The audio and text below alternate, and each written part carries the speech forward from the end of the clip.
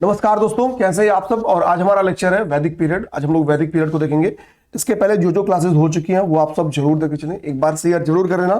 देखो क्लास बढ़िया तरीके से कंप्लीट की जा रही है। आज आपका 4th लेक्चर है और 10वीं लेक्चर तक जाते जाते आपकी जो एंशिएंट हिस्ट्री है वो पूर्णतः खत्म हो जाएगी। वैदिक पीरियड आज हम लोग देखेंगे। तो वैदिक पीरियड को 2 भाग में आप पहले डिवाइड करो, ठीक है। तो हमको पता है कि ऋग्वैदिक पीरियड और लेटर वैदिक पीरियड में हम इसका डिवीजन करते हैं। पहली बार हम किसी ऐसे कालखंड का अध्ययन करने जा रहे हैं जिसका आधार क्या होगा, जिसका बेस क्या होगा, नॉट ओनली आर्कियोलॉजिकल सोर्सेज, इस बार लिटरेचर ऐड होगा। और सबसे प्राइमरी जो सोर्स बनेगा उस ड्यूरेशन की स्टडी करने का वो है लिटरेचर। तो पहली बार अगर आपसे पूछे कि भाई वो कौन सा ड्यूरेशन जिसमें हम लोग साहित्यिक सोर्स का अध्ययन करते हैं, तो है ऋग्वैदिक पीरियड। ऋग्वैदिक पीरियड का नाम ही ऋग्वेद के ऊपर पड़ा है क्योंकि इस कालखंड की जानकारी हमको किसके ऊपर मिलती है, ऋग्वेद के थ्रू मिलती है। तो हम लोग इस पीरियड को ऋग्वैदिक पीरियड के नाम से जानते हैं। इस समय का समाज कैसा था, धर्म कैसा था, राजनीति कैसा था, व्यापार वाणिज्य कैसा था, इन सभी चीजों का अध्ययन हम लोग इसी बुक सोर्स के बेस्ड करेंगे। देखो वेद का मतलब ही होता है नॉलेज। वेद का मतलब क्या होता है, नॉलेज से संबंधित होता है।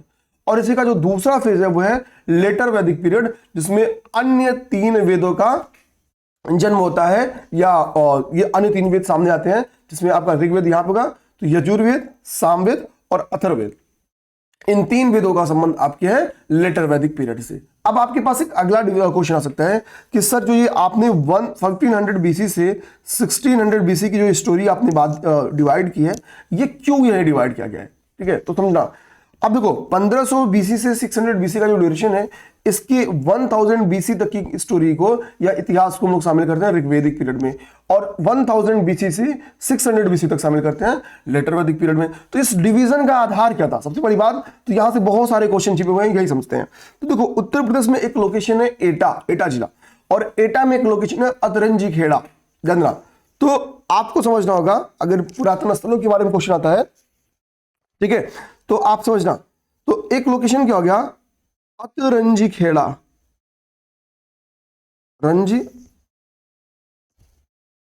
अतरंजी खेड़ा। और ये अतरंजी खेड़ा नामक लोकेशन कहां है मेरे भाई, तो ये एटा में स्थित है। कहां पे, एटा जिला, यूपी के एटा जिला में। और यहां से क्या हुआ है, यहां से आयरन ओर का साक्ष्य मिला था, आयरन ओर का साक्ष्य मिला था, कि पता चला कि भाई कि 1000 बीसी तक, और पहली बार लोहे के प्रयोग का साक्ष्य कहां से मिल जाता है, अतरंजी खेड़ा से। अब दिक्कत की बात क्या है, अब यहां से समझो, जब लोहे के प्रयोग का साक्ष्य मिलेगा, और लोहा इसके पहले कभी प्रयोग किया नहीं गया है, और लोहा मानव जीवन में हमको पता है व्यापक परिवर्तन लेके आता है। फॉर एग्जाम्पल, लोहे का प्रयोग होगा तो यील्ड उत्पादन होगा, यानी अधिशेष उत्पादन होगा, ठीक है, और जिसका उपयोग क्या होगा, व्यापार वाणिज्य में होगा।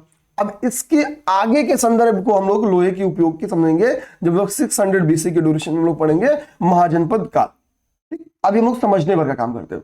अब लोहे का अगर प्रयोग होगा तो टूल्स कैसे बनेंगे लोहे के, वेपन्स कैसे बनेंगे लोहे के, तो इसका प्रयोग युद्ध में होगा, तो राजनीतिक परिवर्तन देखने को मिलेगा। यानी लोहा मानव जीवन में, वो चाहे सामाजिक आर्थिक परिवर्तन हो या राजनीतिक परिवर्तन हो, इन तीनों में व्यापक परिवर्तन कर रहा है। तो लोहे की प्राप्ति या लोहे का प्रयोग अपने आप में क्रांति को संदर्भित करता है, डिवीजन को संदर्भित करता है, क्योंकि इस लोहे का संदर्भ 1000 बीसी से अंदाज लगाया है कि यहां से संबंधित रहा होगा विद्वानों के द्वारा। तो इसी के लिए अतरंज, यहां से हम लोग एक डिवीजन पीरियड तैयार करते हैं कि भाई वैदिक पीरियड यहां से खत्म हो गया और यहां से लेटर वैदिक पीरियड स्टार्ट होता है, क्योंकि लेटर वैदिक पीरियड में आप देखोगे कि लोहे का व्यापक प्रयोग स्टार्ट हो जाता है, लोहे का व्यापक प्रयोग, ठीक है। तो ये हमने समझ लिया। बाकी हमको पता है भाई लेटर वैदिक पीरियड में जो लिटरेचर से उनका नाम क्या है, ये ऋग्वेद तो आपका ऋग्वैदिक पीरियड का हो गया। तो फिर बाकी बच गया आपका सामवेद, ठीक है, यजुर्वेद और अथर्ववेद,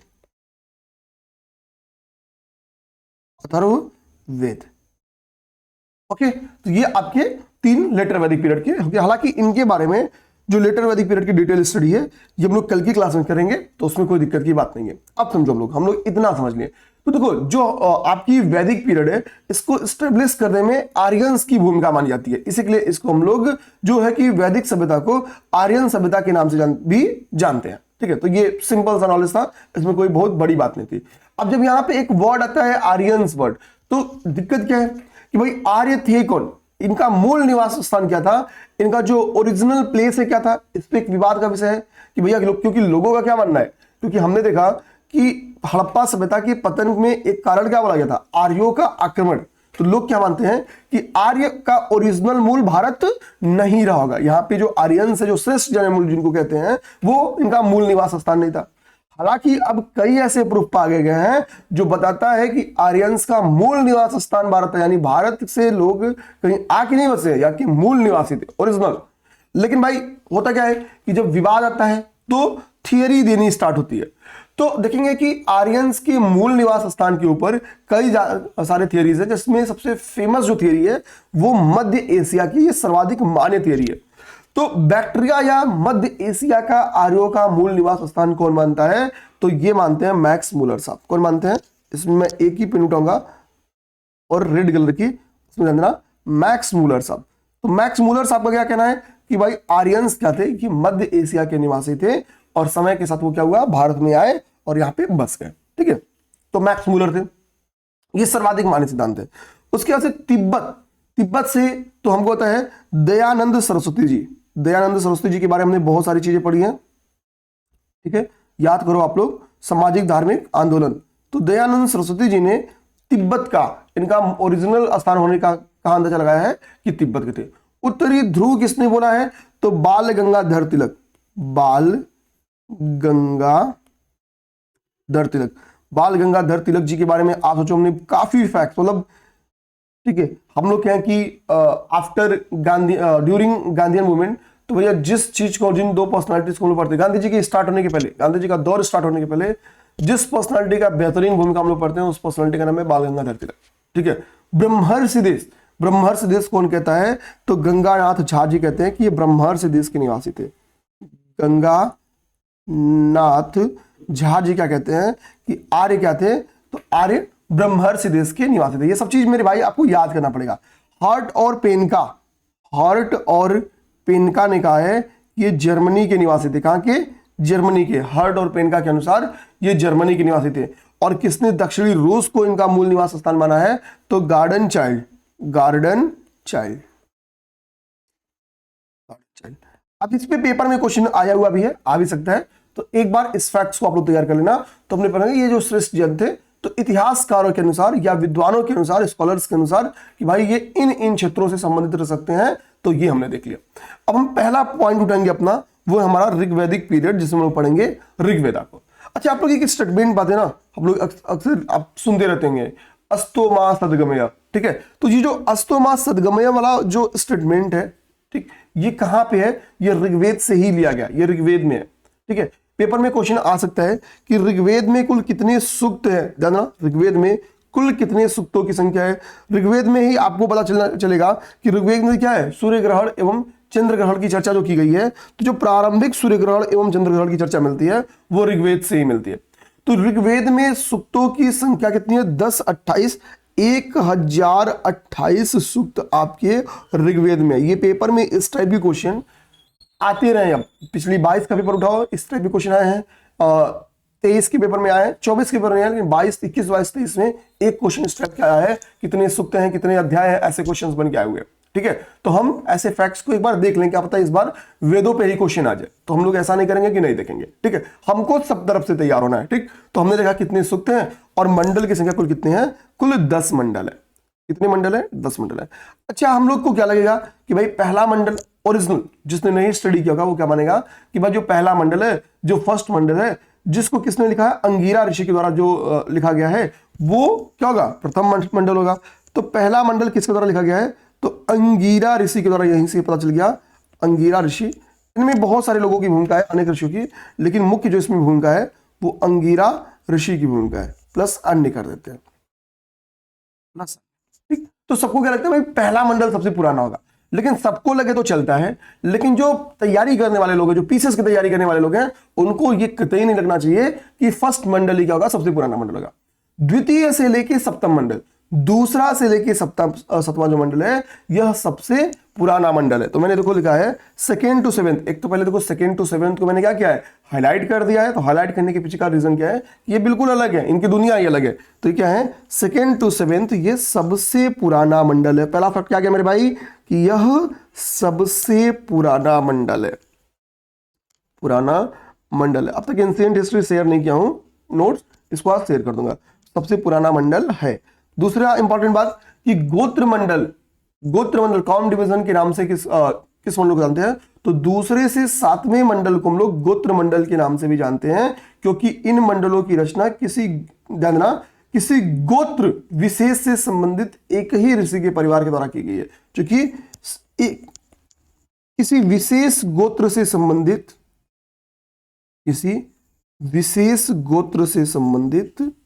रीजन क्या है, कथन कारण में क्वेश्चन आ सकता है। किसी विशेष गोत्र से संबंधित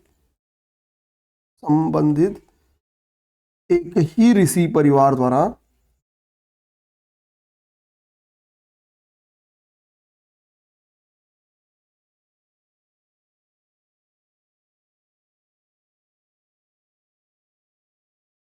इसकी क्या की गई है, रचना की गई है।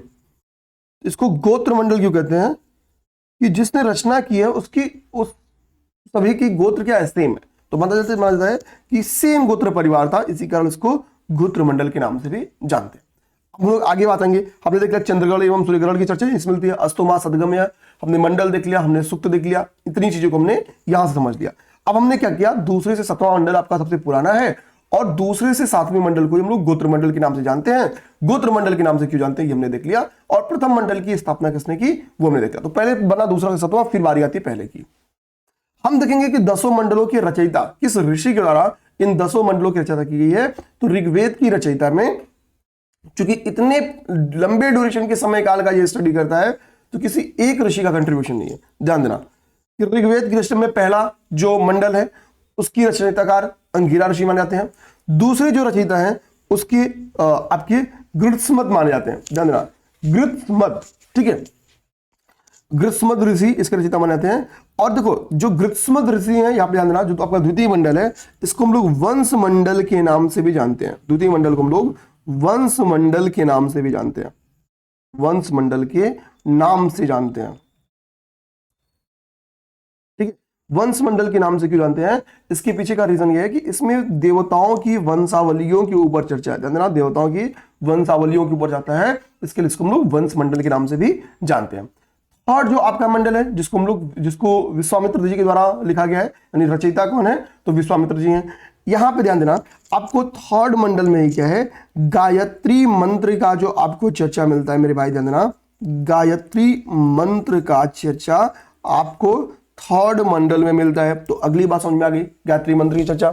चौथा मंडल जो है उसके रचयिता आपकी वामदेव जी है, और वामदेव जी के बारे में कहा जाता है कि ये एग्रीकल्चरल साइंस थे। इन्होंने ये कृषि के क्षेत्र में विशेष ज्ञान रखते थे वामदेव, ऋषि वामदेव। तो इन्होंने इसमें कृषि से संबंधित बहुत सारे साक्ष्य दिए हैं, ठीक है। तो एग्रीकल्चर से संबंधित हम लोग कह सकते हैं, एग्रीकल्चर से संबंध किसका हो गया, तो एग्रीकल्चर से संबंध हो गया आपका वामदेव, ठीक है। तो कृषि विद्वान कौन थे, वामदेव जी कृषि विद्वान भी थे। पश्चिमा मंडल जो है वो अत्रि मुनि जी के द्वारा लिखा गया है। छठवां मंडल जो है वो भारद्वाज ऋषि जी के द्वारा लिखा गया है। सातवां मंडल जो है वो वशिष्ठ ऋषि के द्वारा लिखा गया है। ध्यान देना है, अभी जब दशराज्य युद्ध पढ़ते हम लोग, 10 राजाओं का युद्ध जिसमें कहते हैं, एक तरफ 10 राजा थे और एक तरफ राजा सुदास जी थे। इसके बारे में लोग डिटेल पढ़ेंगे, आज ही के क्लास में पढ़ेंगे, और जस्ट अभी 2-3 मिनट बाद ही पढ़ेंगे। तो निश्चिंत रहना, समझो बस इतना ही अभी कि 7वें मंडल में दशराज्य युद्ध की चर्चा है। और ये क्या है, ये पहला ऑर्गेनाइज्ड युद्ध जिसके बारे में हमको जानकारी मिलती है, ये पहला ऑर्गेनाइज्ड युद्ध है, ये प्रथम युद्ध है। हम लोग कह सकते हैं इतिहास का क्या ये प्रथम युद्ध है, जिसके बारे में हमारे पास क्या है डिटेल। देखो हड़प्पा पीरियड में हमको केवल ये पता है कि युद्ध हुआ होगा, इसका साक्ष्य हमको क्या मिलता है, सरायना। देखो स्टोनेज में तो सरायना आ रहा है, भी पता चलता है, ठीक है। तो प्रथम युद्ध का साक्ष्य ये, जिसके बारे में हमको लिटरेचर सोर्सेस से पता चलता है कि भाई कोई दशराज्य युद्ध हुआ होगा, ठीक है। आगे हम लोग देखेंगे 8th जो मंडल है, जो 8वां मंडल है आपका, वो कण्व और अंगिरस ऋषि के द्वारा लिखा गया है। 9th जो आपका मंडल है वो अंगिरस और कश्यप ऋषि के द्वारा लिखा गया है। 10th मंडल आपको जो है वो त्रिट और सची ऋषि द्वारा लिखा गया है। देखो 10वां जो आपका मंडल है इसको हम लोग क्या कहते हैं, पुरुष मंडल के नाम से भी जानते हैं। इसको हम लोग पुरुष मंडल के नाम से भी जानते हैं। इसमें ही आपको बताया गया है कि ब्राह्मण, क्षत्रिय, वणिक और शूद्र पे चर्चा किया गया है। और ये बताया गया है कि जो ब्राह्मण का जन्म हुआ था वो ब्रह्म से के मुख से, ठीक है, मुख से जन्म हुआ था, तो जैसे ना, और जो क्षत्रिय का वो भुजा से, ठीक है, भुजा से, क्योंकि भुजा बाहुबल से संबंध उनका था, तो क्षत्रिय का भुजा से संबंध था, वणिक वर्ग का जांग से संबंध था, और जो शूद्र वर्ग का संबंध था वो पैर से बोला जाता है। ठीक है, तो हम लोग यहां पे लिख भी सकते हैं।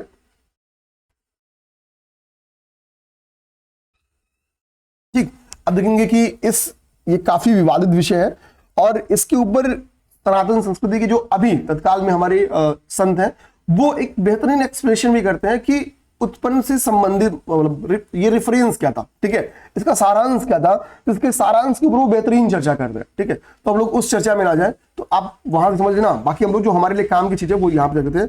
तो ब्राह्मण, क्षत्रिय, वैश्य और शूद्र, ठीक है, शूद्र, वैश्य और शूद्र, ठीक है। तो चूंकि पठन पाठन का काम करते थे तो मुझे लगता है ब्राह्मण को इसलिए बोल दिया गया था। क्षत्रिय का बाहुबल यानी युद्ध कला में, या हम लोग कहते हैं कि सेनापति या सैनिक ये लोग बनते थे, तो क्षत्रिय को बाहुबल से यानी भुजा से मान लिया गया। ठीक है, व्यापार का काम क्यों, चूंकि वैश्य वर्ग कर रहा था, और मतलब आज भी लोग क्या बोलते हैं कि अगर पैसे आपकी बहुत डूब जाए, लूट जाए, तो हमारी कमर टूट गई। ठीक है, तो जांग से, ठीक है, संबंधित थे। और शूद्र वर्ग का संबंध पैर से, मतलब ये माना जाता है कि ईश्वर इनके बिना चलायमान हो ही नहीं सकते। ठीक है, तो ये स्टेटमेंट था, मतलब ठीक। अब आपको ये चीज समझ लेना होगा, आप सहमति और असहमति रख सकते हैं। ठीक है, हमारा काम है केवल हिस्ट्री को समझना। तो ब्राह्मण का संबंध किससे हो गया कि इनका जन्म मुख से हुआ था। ठीक है, ब्राह्मण का संबंध मुख से हुआ था। इसके बाद से क्षत्रिय का भुज से हुआ था, वैश्य का आपकी कहां से हो गया, जांग से, और शूद्र का आपको हो गया पैर से इनका संबंध हो गया। ठीक है, तो पुरुष मंडल के ऊपर चर्चा किसमें है, तो वो 10वें में है। ठीक है, इसको हम लोग कास्ट सिस्टम, यानी हम लोग कह सकते हैं कि हमको जो कास्ट सिस्टम की जानकारी मिलती है वो 10वें मंडल से ही मिलती है। कास्ट सिस्टम की जानकारी, कास्ट सिस्टम की जानकारी। ठीक है, और अभी ध्यान देना, जो ये कास्ट सिस्टम है ये जन्म के आधार पर नहीं है, ये कास्ट सिस्टम अभी कर्म के आधार पर है, कर्म के आधार पर है। ऐसा नहीं है कि जो शूद्र वर्ग में जन्म लेगा वो हमेशा शूद्र ही रहेगा। ठीक है, वो अगर जो ब्राह्मण के कर्म है, अगर वो कर्म करता है तो वो ब्राह्मण वर्ग में काउंट किया जाता था। ठीक है, या माना जाता था। तो ये हो गया हमारे बेसिकली ऋग्वेद के ऊपर थोड़ा मोटा मोटा जानकारी हो गया। अब हम लोग समझेंगे, क्योंकि हमने आर्यों का मूल निवास स्थान देख ही लिया है, हमने यहीं पे पाया 7वें मंडल में क्या कि दशराग युद्ध के ऊपर चर्चा होता है यहाँ पे 7वें मंडल में। तो पहली बात तो यही एक बार फिर से लिख लो कि ऋग्वेद के, ठीक है, ऋग्वेद के 7वें मंडल में चर्चा, 7वें मंडल में इस बात की चर्चा है।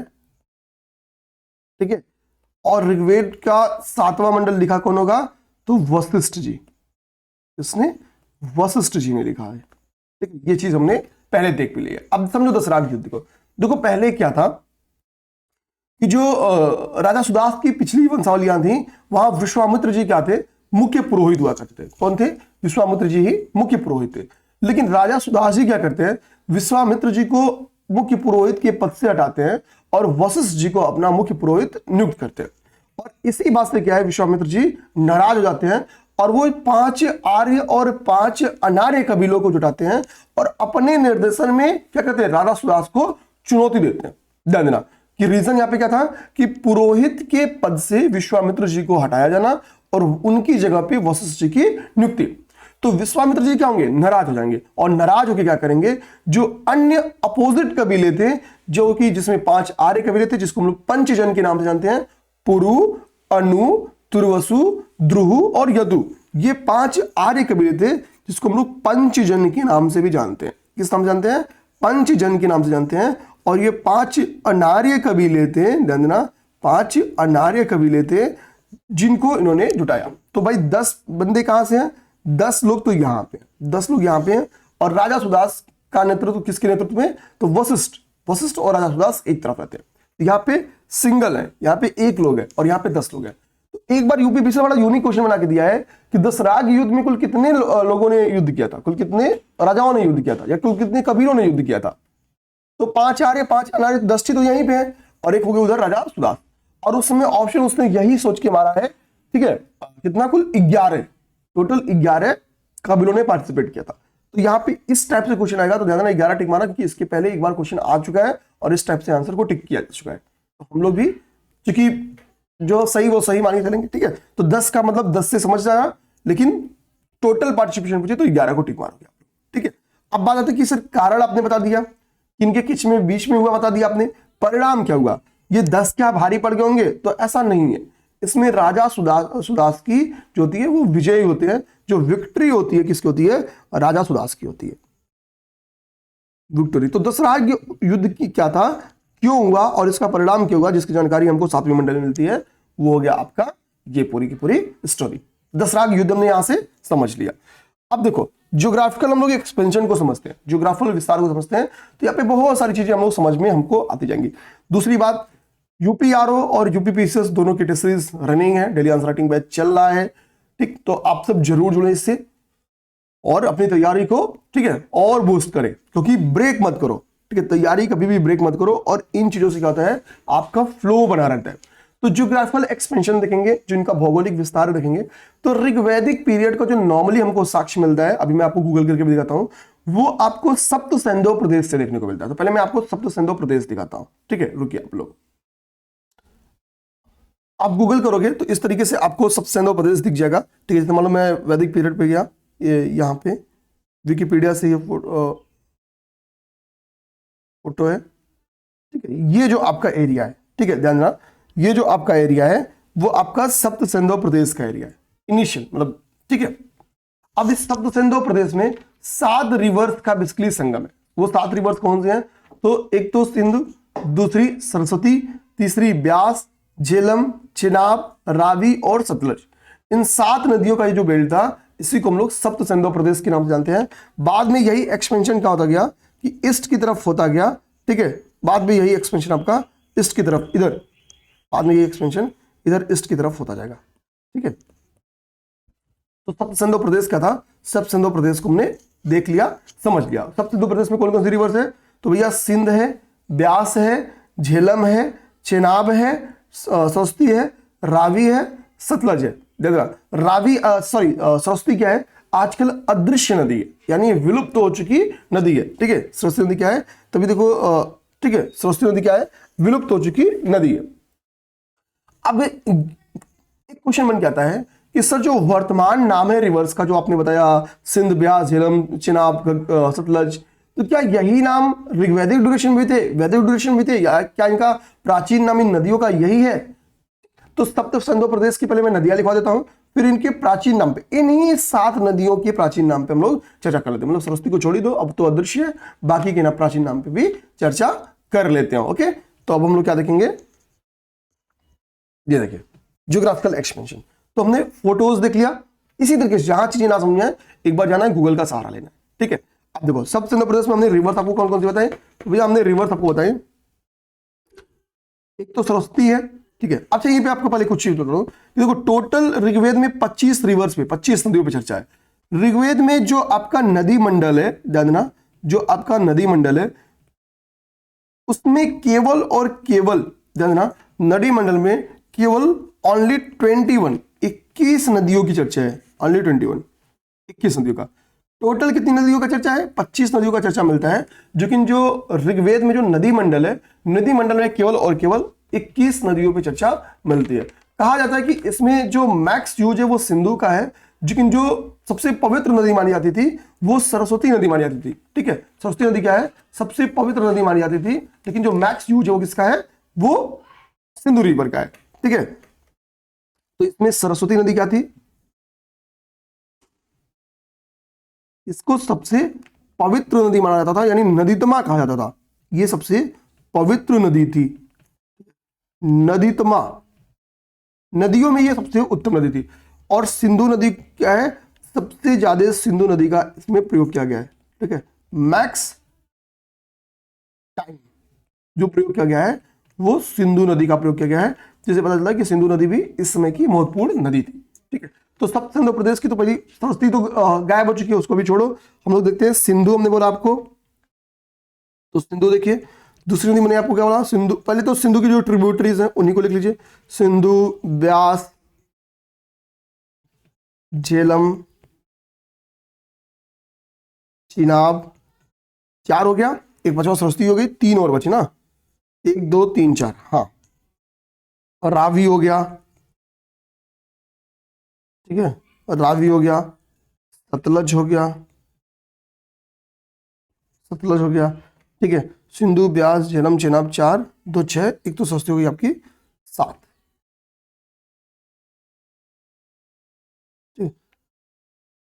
चलिए इसको यहीं रख देते हैं, कोई नहीं। अभी हम लोग पहले इन नदियों के तरफ देते हैं, इन ये सब सिंध प्रदेश की बेसिकली नदियां हैं। तो सिंध का ओल्डेस्ट नाम क्या था, तो आज जो आप लोग सिंध सिंध चिल्लाते हैं ना, ये सिंधु पहले नाम नहीं था, अभी नाम इसका क्या है, सिंध है, सिंध रिवर, पहले इसका नाम सिंधु था, ठीक है, ओल्डेस्ट रिवर क्या था इसकी, सिंधु नाम था। ब्यास का पहले नाम क्या था, विपाशा, ब्यास का पहले नाम क्या था, तो ब्यास का नाम जो ओल्डेस्ट नाम था वो विपाशा था। झेलम नदी का जो ओल्डेस्ट नाम था वो वितस्ता था, देखना वितस्ता रिवर। तो आपको कोई भी प्राचीन मैप में अगर वितस्ता रिवर से समझ में आए तो मीन समझो वो आपकी झेलम नदी है, समझना वो आपकी झेलम नदी है। चिनाब का क्या नाम है, अस्किनी, चिनाब का नाम क्या था, अस्किनी, अस्किनी चिनाब रिवर का नाम था। रावी नदी का क्या नाम है, तो परुषड़ी, परुषड़ी आपकी रावी नदी का नाम था, ठीक है, तो गया चिनाब और ये हो गया आपके रावी नदी का नाम। सतलज की हम लोग बात करेंगे तो सतुद्री, सतुद्री ये आपके सतलज नदी का नाम हो गया। तो ये सब सिंधु प्रदेश की नदियां हैं और इनके ओल्डेस्ट नाम यहाँ पे मेंशन कर दिया मैंने। अब कुछ और जो रिवर्स है, ठीक है, जो ऋग्वैदिक पीरियड की रिवर्स है, उतना सब सिंधु की भले ही ऐसा नहीं है, लेकिन इनके ओल्डेस्ट नाम पेपर में आते हैं, तो उनको हम लोग देख लेते हैं। जैसे एक इसमें नदी आप लोग याद करना, घग्गर नदी को, कोबाक रोमू को तो हम लोग देखेंगे, उसको जब कॉन्सेप्ट समझेंगे तो वहां पे देखेंगे, ठीक है। तो हम लोग देखते हैं घग्गर नदी, घग्गर नदी को हम लोग क्या कहते हैं, दृश्यद्वती, इसका नाम क्या था, दृश्यद्वती रिवर नाम था पहले घग्गर नदी का नाम। और गोमल जो आज देखते हो इसका नाम क्या था, गोमती। एक्चुअली क्या ना, गोमती एंशिएंट नाम है और एंशिएंट नेम इतना फेमस हो गया है कि वर्तमान नाम जो गोमल है वो भूल गए लोग। तो इसी के लिए पूछ लेता है कि प्रारंभ ओल्डेस्ट नामों में कि निम्नलिखित में से ये कौन सी नदियों की ओल्डेस्ट नाम है, तो गोमती से अक्सर लोग फंस जाते हैं, ठीक है। तो ये समझ जाना, तो ये हो गया आपका रिवर और इसका ओल्डेस्ट नेम, जिसको आप लोग को नोट कर ही लेना चाहिए और देखना चाहिए। तो हमने बेसिकली रिवर्स को समझ लिया, एजुकेशन में रिवर्स को जो थे वो समझ लिया। अब लोग समझते हैं सोर्स ऑफ द वैदिक लिटरेचर्स। मेजरली जो क्वेश्चंस बन के आते हैं यूपीपीसीएस में वो यहीं से पूछे जाते हैं, जो वैदिक लिटरेचर्स के सोर्सेज है, ठीक है। यानी हम लोग देखेंगे मेंस में भी वैदिक साहित्य के बारे में क्वेश्चन आता है कि वैदिक साहित्य पे डिटेल चर्चा करना था मेंस में, ठीक है। तो ये क्वेश्चन क्या है, आपके मेंस में भी बन के आया हुआ है। तो हम लोग यहीं से समझ जाएंगे कि भाई कि इसको कैसे हैंडल करते हैं उस क्वेश्चन को, और हमको क्या क्या चीज समझना है। इसमें हम लोग क्या देखेंगे, देखो हम लोग वैदिक लिटरेचर्स की जब बात करते हैं तो सभी वेदों के अपने और भी अन्य लिटरेचर्स हैं। जैसे सभी वेदों के अपने ब्राह्मण ग्रंथ हैं, सभी वेदों के अपने आरण्यक हैं, सभी वेदों के अपने उपनिषद हैं, ठीक है। तो ये 3 चीज हमको, सभी वेदों के अपने उपवेद हैं, तो ये 4 चीज तो हमको पढ़ना होता है और यही मेंस में आपको समझाना था, ठीक है। फिर हम देखेंगे भाई कि इन वेदों में सूक्त कितने हैं, इन वेदों के अध्येता को यानी पठन पाठन करने वाले को, पुरोहित को क्या कहते हैं, ये सारी चीजें हमको जानना है। जैसे हम लोग अगर बात करें ऋग्वेद की, ठीक है, हम लोग ऋग्वेद की बात करें तो ऋग्वेद के बारे में जो चीजें हम लोग देख चुके हैं वो नहीं देखेंगे, इससे अतिरिक्त हटके जितना हम बोले हैं उन चीजों पे काम करेंगे। तो पहले चीज समझ जाओ कि भैया इसमें आपके 1028 सूक्त हैं,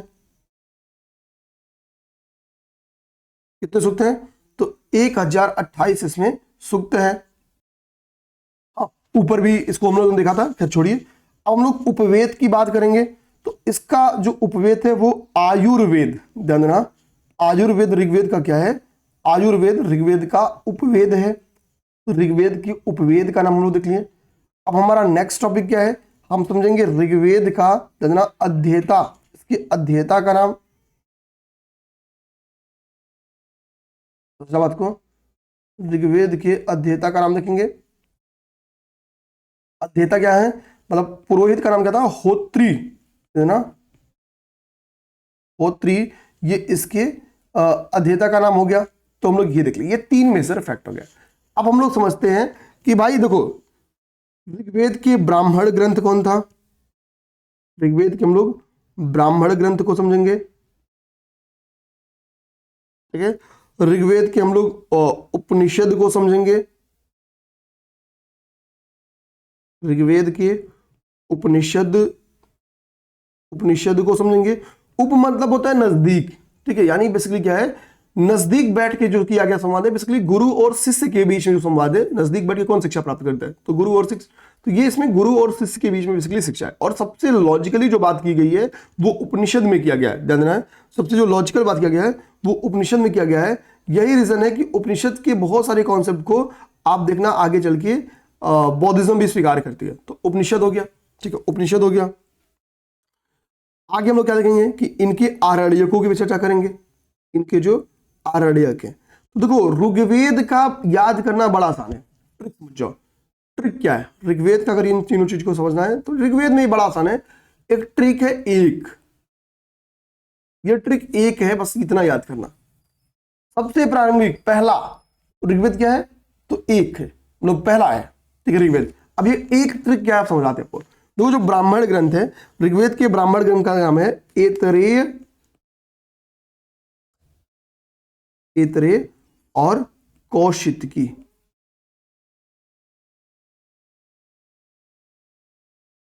ऐतरेय से ए आ गया और कौशितकी से क आ गया, तो एक, तो ब्राह्मण ग्रंथ क्या हो गया, ब्राह्मण ग्रंथ हो गया ऐतरेय और कौशितकी।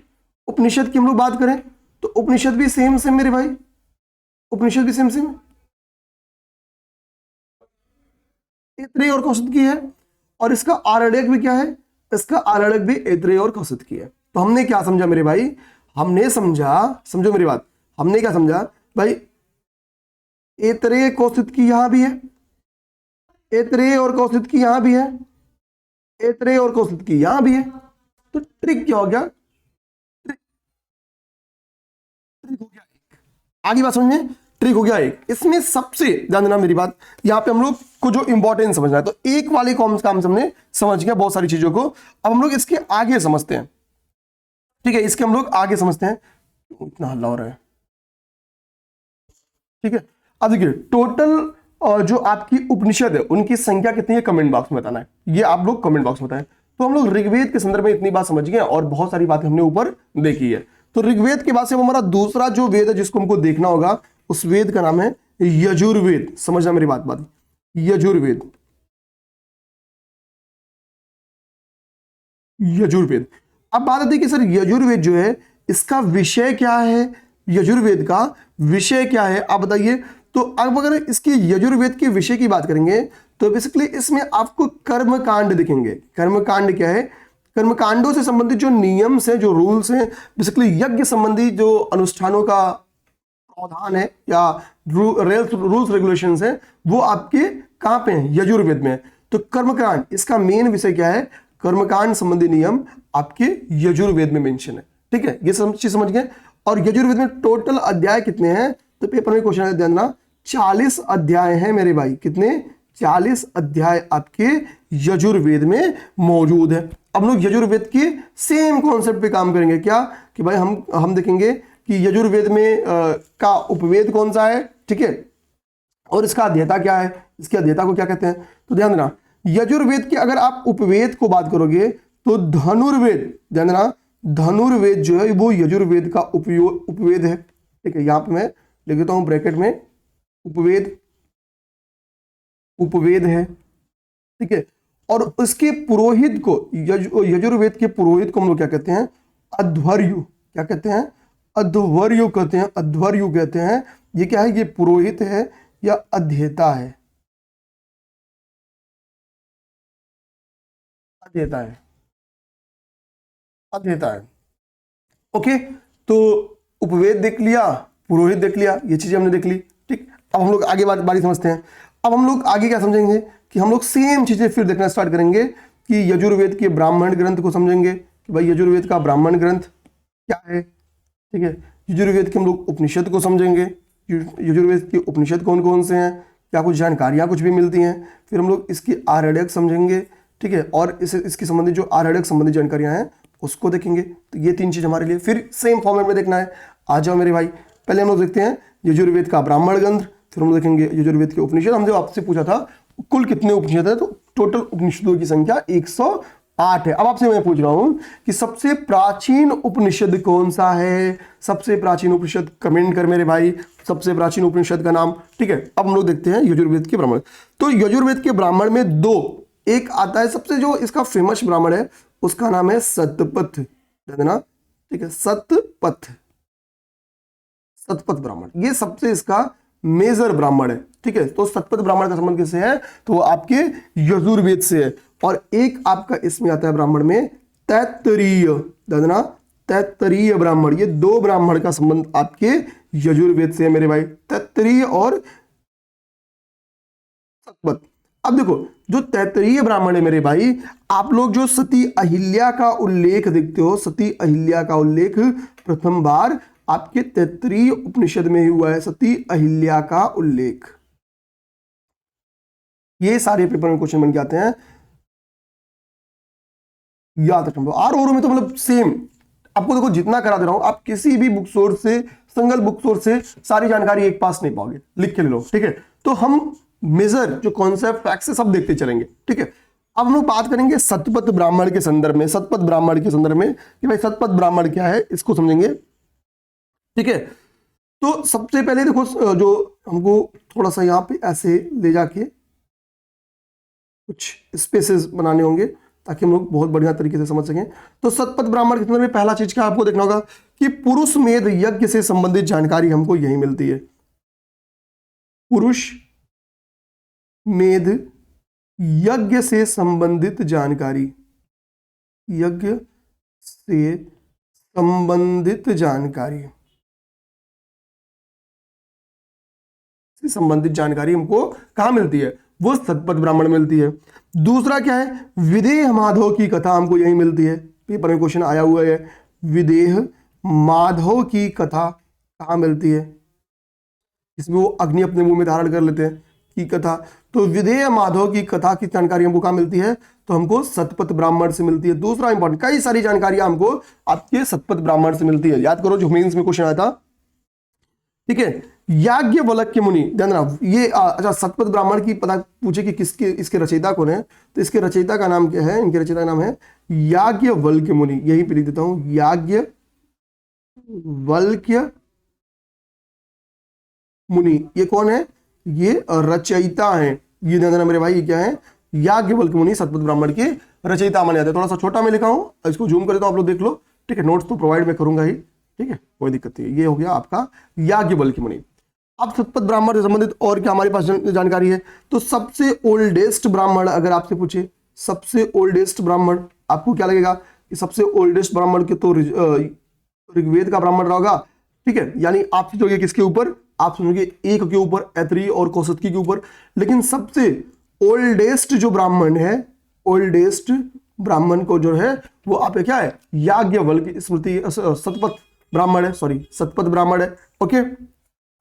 सतपथ ब्राह्मण में याज्ञवल्क्य का नाम कहां से आ गया, क्योंकि सतपथ ब्राह्मण में ही आपके याज्ञवल्क्य और मैत्रेयी संवाद का जो उल्लेख है वो सतपथ ब्राह्मण में ही है। ध्यान देना, याज्ञवल्क्य और मैत्रेयी के बीच का जो संवाद है मेरे भाई, याज्ञवल्क्य और मैत्रेयी संवाद, वो सतपथ ब्राह्मण में है। तो यहां पे लिखिए याज्ञवल्क्य, ठीक है, याज्ञवल्क्य और मैत्रेयी संवाद, और मैत्रेयी संवाद ये कहां पे है, इसका भी उल्लेख आपके सतपथ ब्राह्मण में है। अब ध्यान देना, हमने याज्ञवल्क्य और मैत्रेयी देख लिया। पुनर्जन्म की साक्ष्य कहां से मिलता है, पुनर्जन्म के बारे में कहां पे प्रकाश डाला गया है, तो सतपथ ब्राह्मण में ही आपके पुनर्जन्म पे चर्चा की गई है।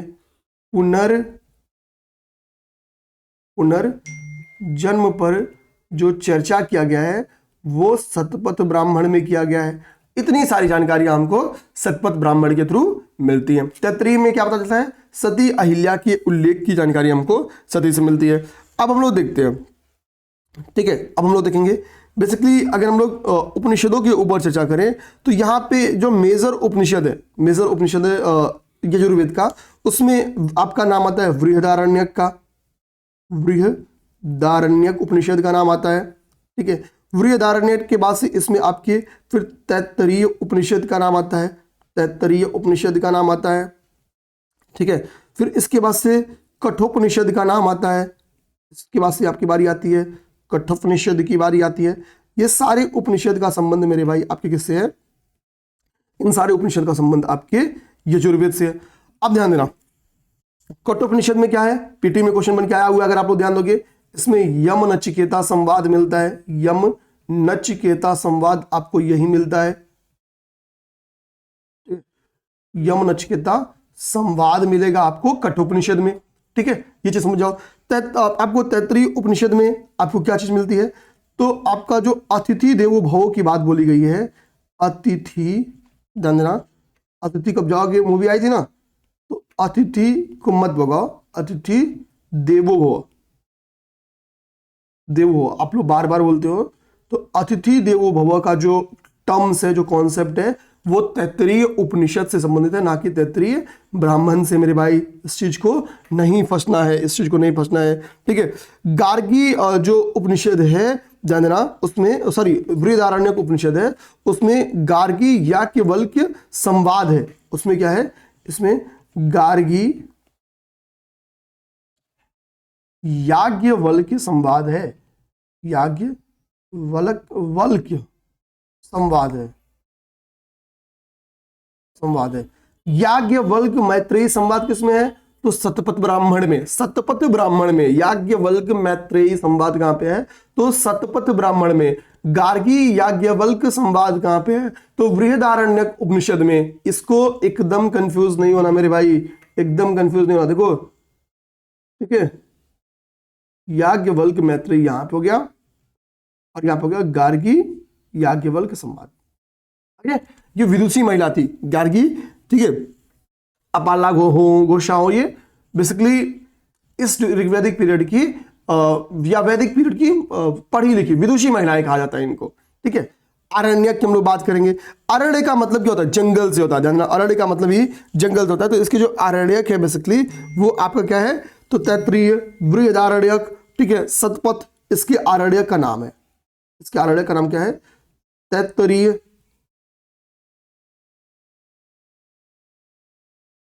बृहदारण्यक,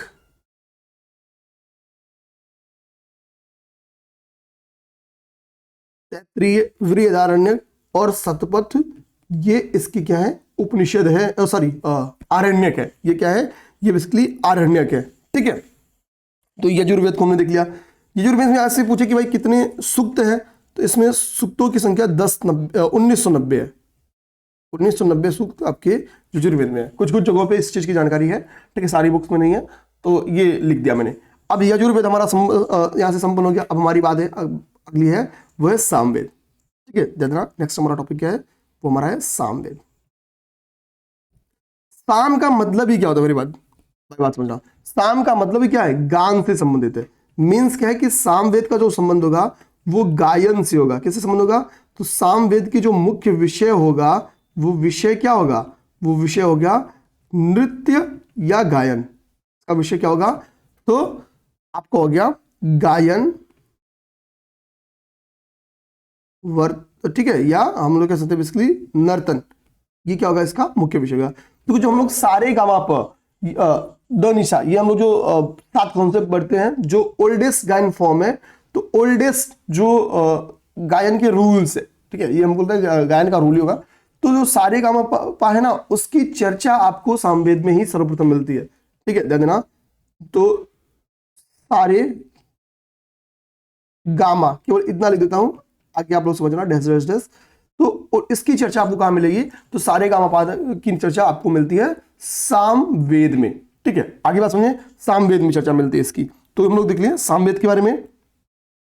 अब हम लोग सामवेद के बारे में आगे देखने की कोशिश करें, तो फिर उसी कॉन्सेप्ट को देखेंगे कि भाई इसके ब्राह्मण ग्रंथ कौन से हैं, इसके ब्राह्मण ग्रंथ कौन से हैं, इस पर चर्चा करेंगे। लेकिन आप सर कुछ कुछ चीजें आपसे छूट गई, जो छूट गई उनको देख लीजिए। तो सामवेद के जो उपवेद है उसको हम लोग कहते हैं गंधर्व वेद। ध्यान देना, इसके उपवेद का नाम क्या है? गंधर्व वेद इसके उपनिषद का नाम है। ध्यान देना, ठीक है। और नारद जी के द्वारा इसकी रचना की गई है, तो नारद कृत, नारद जी के द्वारा इसकी रचना की गई है। अच्छा, इसके आचार्य का नाम क्या है? अध्येता का नाम क्या है? अध्ययन करने वाले का नाम क्या है? तो इसके अध्येता है को हम लोग कहते हैं उद्गाता। क्या कहते हैं मेरे भाई? इसकी अध्येता को हम लोग उद्गाता कहते हैं, ठीक है। ये अब इसका ब्राह्मण, सामवेद का ब्राह्मण देखेंगे तो इसको हम लोग देखो, इसका जो ब्राह्मण था उसका बहुत टर्म्स है, ध्यान देना मेरे भाई। तो पहले इसके ब्राह्मण का नाम था तांड्य ब्राह्मण। आप बोलोगे सर पहले का क्या मतलब है? तांड्य ब्राह्मण पहले नाम था। तो जब इसमें 25 चैप्टर हो गए, जब इसी तांड्य ब्राह्मण में 25 चैप्टर हो जाते हैं, तो इसी तांड्य ब्राह्मण को हम लोग पंचविश ब्राह्मण के नाम से जाने जाते हैं। और जब इसी में 26 चैप्टर हो जाते हैं, तो हम लोग बाद में इसी को षड्विश कहते हैं। ना, इसी को हम लोग क्या करने जाते हैं? षड्विश ब्राह्मण कहते हैं, ठीक है। और चूंकि षड्विश मतलब 26 हो गया, तो 26 का मतलब महान ब्राह्मण या महान ब्राह्मण के नाम से भी हम लोग क्या करते हैं? जानते हैं। तो तांड्य ब्राह्मण पूछे या पंचविश पूछे तो इसका संबंध किस हो गया? ब्राह्मण ग्रंथ से हो गया, ठीक है। ये समझ के हम लोग ब्राह्मण ग्रंथ से इसका संबंध हो गया, और सामवेद के ब्राह्मण ग्रंथ से इसका संबंध हो गया, ठीक है। तो पंचविश हो गया। अच्छा, इसकी उपनिषद पे अगर हम लोग चर्चा करेंगे, उपनिषद पे चर्चा करेंगे मेरे भाई, अगर हम लोग, ठीक है, उपनिषद पे चर्चा करें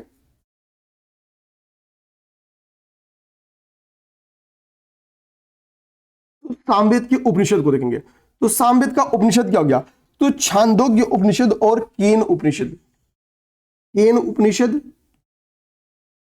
और छांदोग्य उपनिषद, छांदोग्य उपनिषद, ये इसका मेन उपनिषद हो गया। और सबसे ओल्डेस्ट उपनिषद अगर आपसे पूछे, देखना हमने ओल्डेस्ट ब्राह्मण देखा और अब देख रहे हैं क्या? ओल्डेस्ट उपनिषद समझ रहे हैं। तो सबसे प्राचीन, सबसे ओल्डेस्ट उपनिषद आपका हो गया छांदोग्य उपनिषद, सबसे प्राचीन उपनिषद आपका हो गया, ठीक है। अब हम लोग अगर इसका वो आरण्यक देखें, आरण्यक क्या है इसका, ठीक है, आरण्यक को समझते हैं।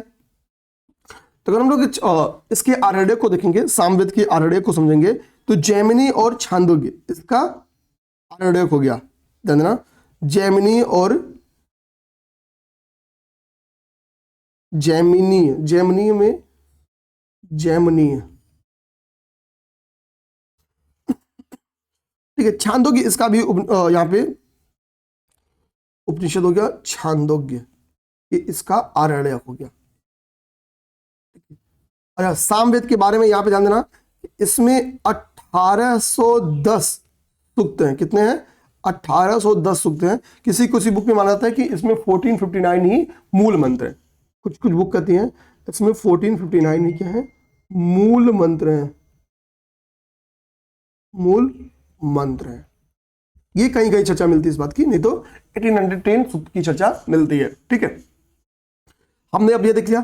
अब अगले 5 मिनट में हमारी क्लासेस खत्म हो जाएंगी, तो इसमें हम लोग अब लास्ट वाला देखने वाले हैं जो सामवेद की बात है, वो बचा आपका अथर्ववेद, ठीक है। अथर्ववेद बचा, तो हमारा टॉपिक है अथर्ववेद, अथर्ववेद, ब्लैक पेंसिल का अथर्ववेद, ठीक है। तो हमारा हो गया अथर्ववेद, अथर्ववेद, ठीक है। अथर्ववेद को देखते हैं। तो देखो अथर्ववेद में बेसिकली क्या है, इसका जो थीम विषय है वो जादू टोना है। जानना, जादू टोना और औषधि इसकी थीम विषय है। जादू टोना और औषधि इसकी थीम विषय, इसके बारे में हमको जानकारियां जो है औषधि संबंधित या जादू टोना संबंधित, वो आपके अथर्ववेद में है। इसमें कुल 20 अध्याय हैं। कितने अध्याय हैं? 20 अध्याय इसमें है, कुल 20 अध्याय इसमें है। आगे हम लोग अथर्ववेद से संबंधित बात करें तो ध्यान देना, इसको हम लोग जो इसका उपवेद है, इसके उपवेद को कहते हैं शिल्पवेद। इसका क्या है? उपवेद है, जो कि किसके द्वारा रचित है? विश्वकर्मा जी के द्वारा, विश्वकर्मा जी द्वारा इसको रचित है। विश्वकर्मा द्वारा या विश्वकर्मा कृत लिख देते ना, ये इनके द्वारा रचित है, ठीक है। भगवान विश्वकर्मा के द्वारा रचित है। अब ध्यान देना, इसके जो अध्येता है, जो पठन पाठन करने वाला जो पुरोहित है, उसको हम लोग ब्रह्म कहते हैं, ब्रह्म, ठीक है, या ब्रह्मा कहते हैं। ये क्या है, इसके अध्येता है या पुरोहित है, जो भी कह लो। इसी के कारण इसको हम लोग ब्रह्मवेद के नाम से भी जानते हैं, ब्रह्मवेद के नाम से भी जानते हैं। तो ये हो गया अथर्ववेद, ठीक है। अगर हम लोग यहाँ पे एक चीज और समझे, ठीक है, यजुर्वेद में तुमने यहाँ पे वो देखा होगा, यजुर्वेद का उपनिषद सत्य, ठीक है। तो जैसे यहाँ पे, ठीक है, इस पॉइंट को देख लिया हूँ, कोई दिक्कत नहीं है, जानते हैं, ठीक है। अथर्ववेद हमने देख लिया। अब हम लोग को अथर्ववेद के संबंध में समझना है कि पहले बात जो राजा परीक्षित की चर्चा की गई है, ठीक है, क्या क्या चीजें हमको जानकारी मिलती हैं, तो अथर्ववेद से ही हमको किन किन कुछ कुछ चीजों को बहुत इंपॉर्टेंट जो जानकारियां हैं वो हमको अथर्ववेद से मिलती है। जैसे जो राजा परीक्षित के संबंधित जो हमको जानकारियां मिलती हैं, परीक्षित के संदर्भ में जो हमको जानकारी मिलती है पहली बार, वो हमको यहीं से मिलती है। कहां से? अथर्ववेद से। अयोध्या की जो प्रारंभिक जानकारी हमको मिलती है, अयोध्या का पहली बार जो चर्चा मिलता है वो आपके अथर्ववेद से ही मिलता है। अयोध्या का आ भी सकता है पेपर में क्वेश्चन, तो अयोध्या का प्रारंभिक चर्चा, अयोध्या का सांस्कृतिक महत्व मेंस में भी पूछ सकता है, ठीक है, तो ध्यान देना, इंट्रो लिखने के काम आएगा, ठीक है। इसके बाद से आपको ध्यान देना सभा और समिति को, अभी हम लोग सभा और समिति कैसे समझेंगे, बस अपने इतने मान लो कि सभा और समिति को प्रजापति की दो पुत्रियां इसी वेद ने कहा है, क्या कहा है? प्रजापति की दो पुत्रियां अथर्ववेद के द्वारा ही कहा गया है, प्रजापति की दो पुत्रियां, ठीक है। इसी में हमको महाजनपद काल की भी कुछ जानकारी मिलती है। जैसे आपने कर्ण का अंग प्रदेश तो जाना ही होगा, तो अंग और मगध, मगध क्या है इस महाजनपद पीरियड का सबसे महान महाजनपद है, तो अंग और मगध की जानकारी भी महाजनपद की हमको अथर्ववेद से ही मिलती है, अथर्ववेद से ही मिलती है, ठीक है। अब हम लोग अथर्ववेद का ब्राह्मण ग्रंथ समझेंगे कि भाई अथर्ववेद का ब्राह्मण ग्रंथ क्या है, इसको समझते हैं। तो अथर्ववेद के जो ब्राह्मण ग्रंथ है उसका नाम है गोपथ। अथर्ववेद के ब्राह्मण ग्रंथ का नाम क्या है? गोपथ है। अब हम लोग समझेंगे अथर्ववेद का उपनिषद क्या है, ठीक है। टोटल 108 उपनिषद है। अगर किसी ने कमेंट करके बताया होगा तो अच्छी बात, नहीं बताया होगा तो ध्यान दो, टोटल 108 उपनिषद है। तो उपनिषद क्या है, ठीक है, ठीक, तो वो मांडुक्य उपनिषद, मांडुक्य उपनिषद इसका, मांडुक या मुंडक या मंडुक उपनिषद इसके उपनिषद है, मांडुक या मुंडक इसके उपनिषद है, ठीक है। आरण्यक की चर्चा इसकी नहीं मिलती है। कुल माना जाता है कि इसमें कुल कितने हैं, तो 6000 मंत्र माना जाता है इसमें है। कुल कितने मंत्र हैं? 6000 मंत्र इसमें माना जाता है कि है आपकी, योगी आपकी अथर्ववेद। तो हमने क्या चर्चा कर लिया, एक एक चीज पे जाकर डिटेल, ऋग्वेद देख लिया, ठीक है, यजुर्वेद देख लिया कि जो इंपॉर्टेंट चर्चाएं हैं कि ब्राह्मण में और उपनिषदों में, उनके बारे में समझ लिया, ठीक है। एक एक चीज देखिए समझ में आ गया। और मुझे नहीं लगता कि ऋग्वेद वेदों के बारे में इससे डिटेल क्वेश्चन जाएगा, इतना सी डिटेल तो ये अपने आप में डिटेल है, ठीक है। और इन चीजों को आप तैयार करो, थोड़ा फैक्चुअल इन्फॉर्मेशन है, ऑलरेडी 50 मिनट के ऊपर की क्लास हो गई है, तो यहाँ पे हम लोग क्लास को ब्रेक करेंगे। हाँ, कल हम लोग ऋग्वेद को, पूरी वैदिक पीरियड को ही कल हम लोग खत्म कर देंगे, ठीक। इसके बाद से हम लोग अपना आगे बढ़ेंगे, महाजनपद काल की तरफ चलेंगे, ठीक है ना। तो जय हिंद, जय भारत। उम्मीद करेंगे आप लोग अपनी तैयारी मस्त तरीके से कर रहे होगे, और कोई भी दिक्कत आए, किसी भी प्रकार की दिक्कत रहे, तो आप स्क्रीन पे जो घूम रहा नंबर है आप जरूर बताओ, आपकी दिक्कत का निवारण जरूर किया जाएगा, ठीक है। जय हिंद, जय भारत।